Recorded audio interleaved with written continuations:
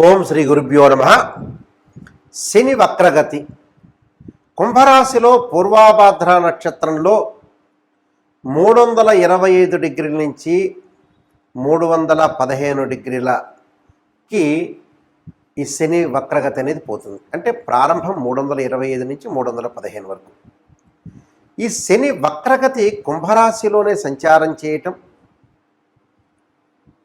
అలాగే శని 3, 6, 11 స్థానాల్లో సుఫలితాలను ఇస్తాడని, మిగతా స్థానాల్లో మిశ్రమమైన ఫలితాలు, మిగతా స్థానాల్లో చెడు ఫలితాలు వచ్చే అవకాశం అనేది ఒకటి ఉంటుంది. ఏమిటి శని వక్రగతి అంటే? తిరోగమనం అంటాం, అంటే రెట్రోగ్రేడ్ అంటారు. శని కుంభరాశిలోనే వక్రగతి పొందటం అంటే జూన్ 30వ తారీఖు నుంచి నవంబర్ 15వ తారీఖు వరకు కూడా 138 రోజుల పాటు శని వక్రగతి పొందుతుంటుంది. ఈ వక్రగతి అనేది పంచాంగ గణన సిద్ధాంతం ప్రకారంగా సూర్య సిద్ధాంతాన్ని అనుసరించి పూర్వ సిద్ధాంతము, దృగ్గణిత సిద్ధాంతం కూడా ఏర్పడుతుంది. ఈ గణితం అంటే ఈ పంచాంగంలో మనం ఏదైతే గణన వేస్తుంటామో దాని యొక్క సిద్ధాంతాన్ని బట్టి మనం అనుసరిస్తే 5 గ్రహాలకి మనకి వక్రస్థితి అనేది ఏర్పడుతుంది. 5 గ్రహాలకి వక్రస్థితి అంగారకుడు, బుధుడు, గురువు, శుక్రుడు, శని. 5 గ్రహాలకి, పంచగ్రహాలకు కూడా మనకి వక్రస్థితి ఏర్పడుతుంటుంది ఒక్కొక్క సమయంలో. సూర్యచంద్రులకు వక్రస్థితి అనేది ఉండదు. రాహుకేతులు ఎల్లప్పుడూ కూడా వక్రస్థితిలోనే ఉంటారు. ఒక 2 ప్లానెట్స్ ఎప్పుడైతే అంతరిక్షంలో రొటేట్ అవుతుండగా, పరిభ్రమణం చెందుతుండగా, ఒక గ్రహము దాని యొక్క వెలాసిటీ వేగాన్ని తగ్గితే ఆ గ్రహం అనేది వక్రస్థితికి చేరుకుంటుందని ఆస్ట్రోఫిజిక్స్ చెప్తుంది. అంటే అన్నీ కూడా గ్రహాలన్నీ కూడా అంతరిక్షంలో తిరుగుతూ ఉండగా ఈ 138 రోజుల పాటు శని తన యొక్క వేగాన్ని తగ్గించుకుంటుంది అని అర్థం.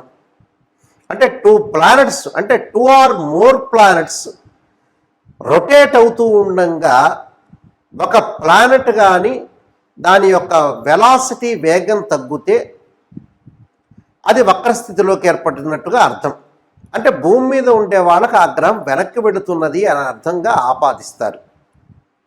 అంటే ఉదాహరణకి 2 కార్లు వేగంగా వెళుతుండగా ఒక కారు యొక్క వేగం 80 డిగ్రీల కంటే ఇంకో కారు 100 డిగ్రీలు, ఇంకో కారు 100 డిగ్రీలు తిరుగుతూ ఉండగా ఉన్నట్టుండి ఒక కారు దాని యొక్క వేగం అనేది 80 డిగ్రీల స్పీడ్లోకి వెళితే ఆ 80 డిగ్రీలో ఉన్న కారు అనేది వక్రస్థితికి ఏర్పడింది అని అర్థం.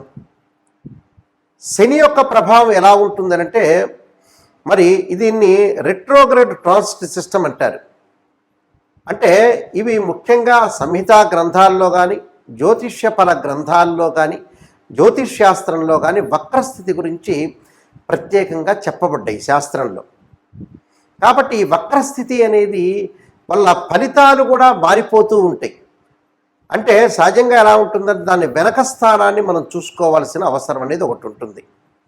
కాబట్టి వెనక భావం యొక్క ఫలితాలు పడే అవకాశం ఉంటుంది. ఇక్కడ భావం అని కూడా కాదు, వెనకటి యొక్క స్థానం ఫలితం అనేది వచ్చే అవకాశం అనేది ఒకటి ఉంటుంది. కాబట్టి వక్రస్థితిలో చెడు మంచి యొక్క మిశ్రమాలు కలిసే అవకాశాలు ఉంటాయి. ఒక గ్రహానికి, ఒక రాశికి ఎప్పుడైతే గ్రహస్థానం అనేది మారుతూ ఉంటే, వక్రస్థితిలో మారుతుంటే ఫలితం కూడా మారిపోయే అవకాశాలు అనేవి ఖచ్చితంగా ఉంటాయి.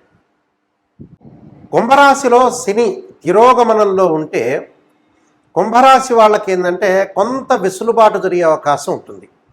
అంటే జన్మరాశిలో ఎప్పుడైతే ఒక గ్రహము తిరోగమనంలో ఉంటే, వక్రస్థితిలో ఉంటే వెనక రాశి యొక్క ప్రభావం పడుతుంది. కాబట్టి ఆరోగ్య విషయంలో కొంత శ్రద్ధ, ఖర్చులు ఎక్కువగా పెట్టే అవకాశాలు ఉంటాయి. అంటే శుభ కార్యక్రమాలకు ఖర్చు పెడతారు, అశుభ కార్యక్రమాలకు కూడా ఎక్కువగా ఖర్చు పెడతారు.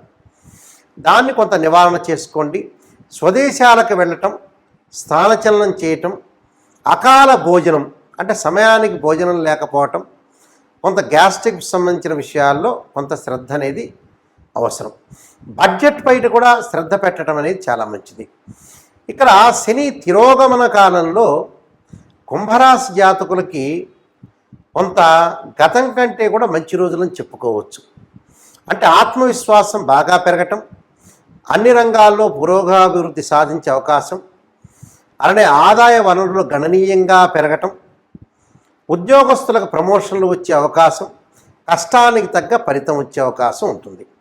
అంటే మానసికంగా ఒత్తిడి బాగా పెరుగుతుంది, చేసే పని చెడిపోయినట్లుగా భావించే అవకాశాలు ఉంటాయి. అంటే మానసికంగా ప్రెజర్ వచ్చే అవకాశాలు ఉంటాయి.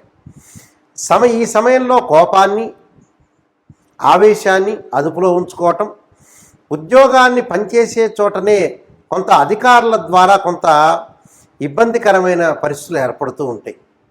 మీరు ఇబ్బంది లేకుండా లౌకిక భావంతో ముందుకు వెళ్ళండి.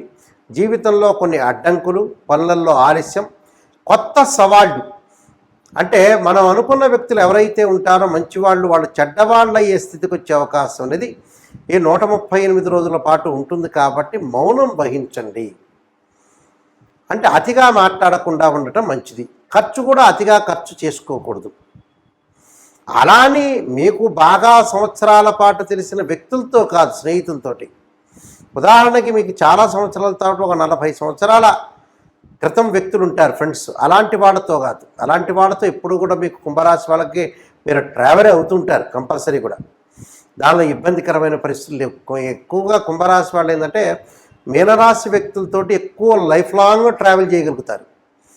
అంటే మరణించే వరకు ట్రావెల్ చేయగలుగుతారు, అందులో నో డౌట్ ఇట్. అలానే శ్రద్ధ పెట్టడం, తొందరపడి నిర్ణయాలు తీసుకోకూడదు, ఆచితూచి అడుగు వేయాలి. వివాహాది శుభ కార్యక్రమాల్లో కూడా ఆలోచనలు పెట్టి ముందుకు వెళ్ళాలి. అంటే ప్రతిదీ కూడా మనం ఆలోచన చేయాలి, ముందుకు వెళ్ళడం చాలా మంచిది. డబ్బు విషయంలో కూడా కొంత పొదుపు పాటించాలి. నూతన వ్యాపారాలు అనేవి పనికిరావు. ఏదైనా సరే కొత్త వ్యాపారాన్ని మనం ప్రారంభం చేసేటప్పుడు మన జాతకం అనేది చూసుకోవాలి. వ్యక్తిగత ఇవన్నీ కూడా గోచారం, వ్యక్తిగత జాతకాన్ని కూడా అనుసరించాలి, గోచారాన్ని కూడా క్లబ్ చేసుకొని ముందుకు వెళ్ళాలి. అంటే this is the transit system అంటారు. ఇందులో రెట్రోగ్రేడ్ ట్రాన్సిట్ సిస్టమ్ అయింది యాక్చువల్గా. అందువల్ల శ్రద్ధ పెట్టాలి. అంటే అకాల భోజనం ఉంటుంది, సమయానికి శ్రద్ధతో తినాలి. మీరు మానసికంగా ఒత్తిడి తగ్గించుకొని ప్రశాంతంగా ఉండాలి. ఖర్చుల్లో విషయంలో కూడా ఉండాలి. శుభ కార్యక్రమాలు, అశుభ కార్యక్రమాలకు కూడా కొంత ఖర్చు చేసే అవకాశాలు ఉంటాయి. లేనిపోని ఒకటి కొంటే ఇంకోటి ఫ్రీ అన్నట్టుగా డబ్బులు కొని తెచ్చుకోవద్దండి, అనవసరంగా రిస్క్ చేసుకోవద్దండి. అలానే కోపాన్ని, ఆవేశాన్ని, ఒంటరితనాన్ని విషయంలో 10 మందితో తిరగటం అనేది అలవాటు చేసుకోవాలి. ముందుకు వెళ్ళటం అనేది చాలా మంచిది. దానితో పాటు విద్యార్థులకు ఏకాగ్రత కోల్పోతుంది కాబట్టి దక్షిణామూర్తి శ్లోకాన్ని పఠించండి. స్త్రీలకు కూడా ఉన్నతమైన అభిప్రాయాలు కలిగే అవకాశాలు ఉంటాయి, కానీ బట్ మానసికంగా ఒత్తిడి అనేది బాగా పెరుగుతాయి, భయం కూడా పెరిగే అవకాశాలు ఎక్కువ ఉంటాయి. అయితే దీనికి ప్రత్యేకంగా కొన్ని పరిహారాలు చేసుకోవాలి వీళ్ళు. శని యొక్క ఆరాధన చేసేటప్పుడు తప్పకుండా కుంభరాశి వాళ్ళకి పాత ఒక రెమెడీ అనేది చెప్తాను. మన ఇంట్లో బియ్యం ఉంటే బియ్యాన్ని దంచితే నూకలు అవుతాయి. ఆ నూకలు, పంచదార, నల్ల నువ్వులు తీసుకొని శనివారం పూట శివాలయంలో ప్రదక్షిణ చేయాలి. అంటే అవి పొట్లం కట్టుకొని ఒక కాగితంలో కట్టుకొని మనం చుట్టూ ప్రదక్షిణ చేయాలి. 9 ప్రదక్షిణాలు చేసిన తర్వాత మన దగ్గర ఉన్న నూకలు, పంచదార, నల్ల నువ్వుల్ని నల్ల చెమలకు వేయాలి. ఒక నల్ల చెమలు లేదనుకోండి, ఒక మూల మీద ఆ దేవాలయంలో వేయండి. తర్వాత నల్ల చెమలు వచ్చి తింటే శని యొక్క దోషం పోతుంది. ఇది ఖచ్చితంగా చేయాలి. తర్వాత రుద్రగాయత్రి మంత్రం ఉంటుంది. తత్పురుషాయ మహాదేవాయ ధీమే తన్నో రుద్ర ప్రచోదయాత్ అనే మంత్రాన్ని శరీరే జర్జరీభూతే వ్యాధిగ్రస్తే కలేవరి ఔషధం జాహ్నవీతోయం వైద్యో నారాయణ హరి అనే మంత్రాన్ని కూడా చక్కగా చదువుకోండి. మీకు అన్నీ కూడా మంచి జరిగే అవకాశం ఖచ్చితంగా ఉంటుంది. కుంభరాశి వాళ్ళందరికీ కూడా మంచి జరగాలని ఆశిస్తూ సర్వే జనా సుఖినో భవంతు.